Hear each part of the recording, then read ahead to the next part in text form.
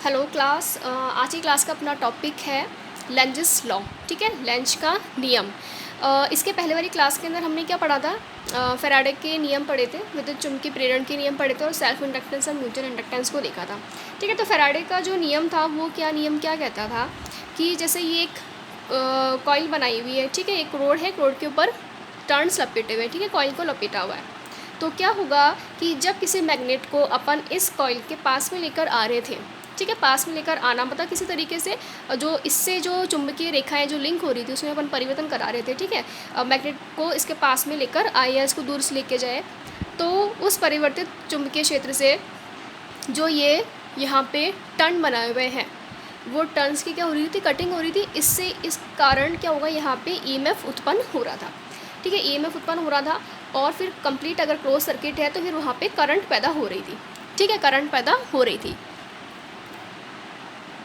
तो फैराडे के इस नियम से हम ये तो याद कर सकते हैं कि इस कॉइल के अंदर अब करंट उत्पन्न हो जाएगी या ईएमएफ उत्पन्न हो जाएगा, लेकिन करंट की धारा जो धारा की दिशा है वो क्या रहेगी, वो हम फैराडे के नियम से चेक नहीं कर सकते। वो नियम हमको ये नहीं बताता कि इस धारा की दिशा क्या रहेगी। अब जैसे कॉइल है, ठीक है, अब इतना तो पता है कि अगर अपन इसको हाथ लगाते हो तो हमको करंट लगेगा, या जो गैल्वेनोमीटर है उसके अंदर विक्षेप दिखाएगा, लेकिन इसकी दिशा क्या रहेगी, ये करंट है ऐसे यहाँ से यहाँ जाने वाली रहेगी या फिर ऊपर से नीचे आने की रहेगी, कि इसकी दिशा क्या रहेगी। तो वो दिशा जो है वो कौन बताता है, लेंज का जो नियम है ये बताता है। ठीक है, तो लेंज का नियम अपन, ये मैं आपको रीज़न बताया अभी कि लेंज का नियम जो अपन पढ़ रहे हैं वो पढ़ क्यों रहे हैं, धारा की दिशा को ज्ञात करने के लिए। तो इसका जो स्टेटमेंट है लेंज का नियम, वो क्या कहता है कि इस सर्किट के अंदर, ठीक है, चुंबकीय क्षेत्र के कारण जो धारा उत्पन्न हो रही है, तो इस इंड्यूस करंट की डायरेक्शन, ठीक है, या इसका स्वभाव इस तरीके का होता है कि वो उस कारण का विरोध करता है जिसके कारण इसकी उत्पत्ति हो रही है। ठीक है, क्या बोला मैंने यहाँ पे कि प्रेरित धारा जो है, ठीक है, प्रेरित धारा या इंड्यूस ईएमएफ या इंड्यूस करंट, उनकी दिशा इस प्रकार की होती है कि वह उस कारण का विरोध करेगी जिसके कारण उसकी उत्पत्ति होती है, या फिर इसको उत्पन्न करने वाले कारण का वो विरोध करती है। अब कैसे विरोध करेगी, देखो हम कैसे विरोध करते हैं किसी चीज़ का, या फिर देखो एक इसके लिए अपन एग्जांपल लेते हैं कि ये कोई यहाँ पे ओके, देखिए यहाँ पे किस तरीके से मैंने एक दो पर्सन बनाए। ठीक है, यहाँ पे ये एक जना क्या कर रहा है, इसके ऊपर किसी तरीके का फोर्स अप्लाई कर रहा है। ठीक है, ये इसके ऊपर एक फोर्स अप्लाई कर रहा है, तो ये इसका विरोध किस तरीके से करेगा, ये इसके अपोजिट डायरेक्शन के अंदर, इसके अंदर क्या होगा, वापस फोर्स अप्लाई करेगा। इसने यहाँ से फोर्स अप्लाई किया, यहाँ से फोर्स अप्लाई करेगा, तो ये करंट भी क्या करेगी, इसी तरीके से विरोध उत्पन्न करती है। कैसे, देखो कैसे उत्पन्न करती है कि जब अपन इस चुंबक को, ठीक है, इस कॉइल के पास में लेकर आते हैं तो वहाँ पे क्या होगा, ईएमएफ इंड्यूस होता है। तो अभी करंट जो उत्पन्न हो रही है बाद में, वो विरोध कैसे करेगी कि यहाँ पर इस चुंबक जो इसकी जो दिशा ऐसे थी ना कि ये इस तरीके से आ रही थी, तो वो सा कैसे विरोध करेगी, इसको इस दिशा में वापस भेजेगी। पहली करंट इस दिशा के अंदर आ रही थी यहाँ पे, ठीक है, तो इसका विरोध कैसे करेगी, ये वापस इसको इस दिशा के अंदर भेज करके। अब मैग्नेट का जो गुण होता है या फिर जो करंट है, ठीक है, वो किस प्रकार से यहाँ पे नेचर दिखाएगी कि अपन ने पहले वाली क्लास के अंदर पढ़ रखा है कि प्रतिकर्षण एक स्वभाव होता है। ठीक है, जैसे ये मैग्नेट है, यहाँ पे ये एस और ये एन है, ठीक है, तो जो दूसरी मैग्नेट होगी, अगर यहाँ पे अपन इस एन ध्रुव को पास रखते हैं तो ये मैग्नेट इधर जाएगी, ठीक है, ये इसको दूर भेज देगी। तो इसी प्रकार से यहाँ पे इसका विरोध करने के लिए, इसको दूर भेजने के लिए, ये यहाँ पे करंट जो है यहाँ पे विपरीत यहाँ पे सेम पोलरिटी का ध्रुव पैदा करेगी। ठीक है, यहाँ पर भी एन है तो ये यहाँ पर भी एन ध्रुव उत्पन्न करेगी, क्योंकि समान ध्रुव के अंदर क्या होता है, प्रतिकर्षण होता है और इससे मैग्नेट इससे दूर चली जाएगी। ठीक है, तो यहाँ पे एन ध्रुव पैदा हो गया। अब ऑफकोर्स यहाँ पे जब एन ध्रुव है तो यहाँ पे क्या होगा, आपके पास में एस ध्रुव होगा। तो यहाँ पे अपन कल भी अपन ने सीखा था एक जो हेलिक्स का नियम था, सोलेनॉइड का नियम था, कि देखो अपन क्या कर रहे थे, इस तरीके से अपने पास में एक रोड थी, ठीक है, सोलेनॉइड थी, फिर जब इसको अपन ने इस तरीके से पकड़ा था यहाँ पे, तो इसका ये एन ध्रुव था और ये अपनी जो उंगलियों की दिशा है वो धारा की दिशा थी। अभी यहाँ पे एन ध्रुव यहाँ बन रहा है, तो एन ध्रुव देखो इस तरीके से बन रहा है इधर ना, यहाँ पे इस साइड क्या है, एन ध्रुव है, तो जो मैग्नेटिक जो लाइंस है, ठीक है, वो क्या शो करेगी, धारा की दिशा को शो करेगी। तो ये यहाँ पे धारा की दिशा कैसी हो जाएगी, इस तरीके से हो जाएगी। ठीक है,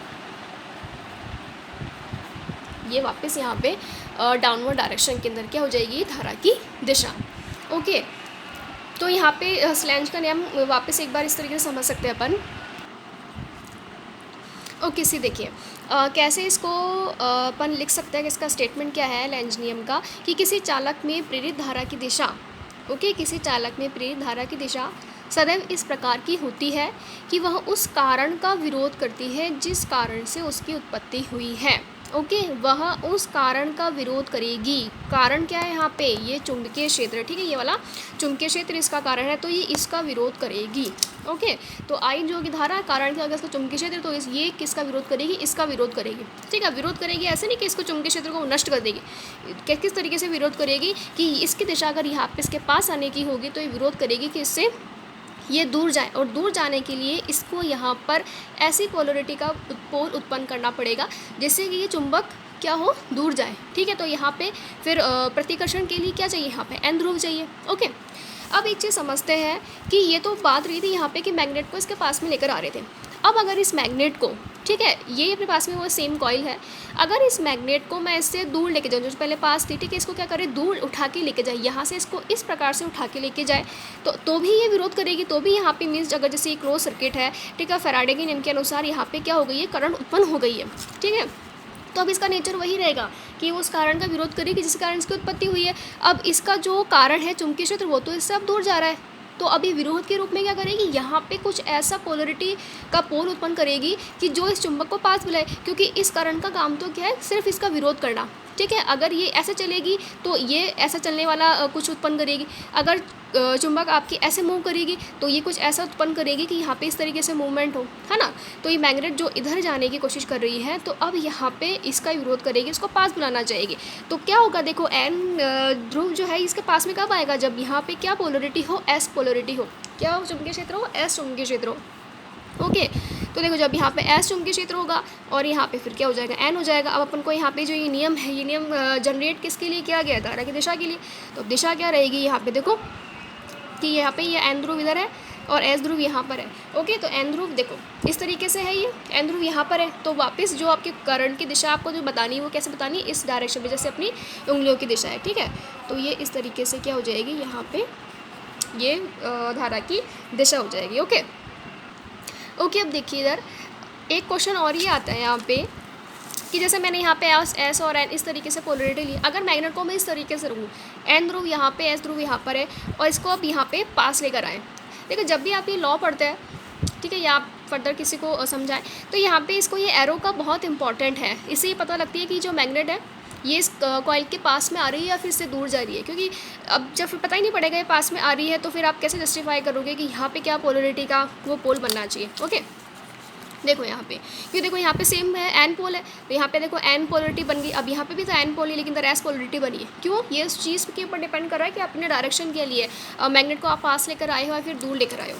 ठीक है, तो ये पॉइंट समझना भी यहाँ पे बहुत ज़रूरी है। ओके, अब मैंने क्या करा, मैग्नेट को इस तरीके से लिया है कि एन पोल यहाँ पे रखा है, एस पोल यहाँ लिया है, उसको पास में लेके गए। ठीक है, तो वापस देखो यहाँ पे कि करंट तो आपकी फैराडे के नियम के अनुसार उत्पन्न हो ही रखी है, ये गैलोमीटर है जिसका विक्षेप दिखा रहा है। ओके, तो क्या होगा यहाँ पे कि जब ये इसके पास में आ रहा है तो ये यहाँ पे जो चुंबकीय क्षेत्र पैदा करेगी।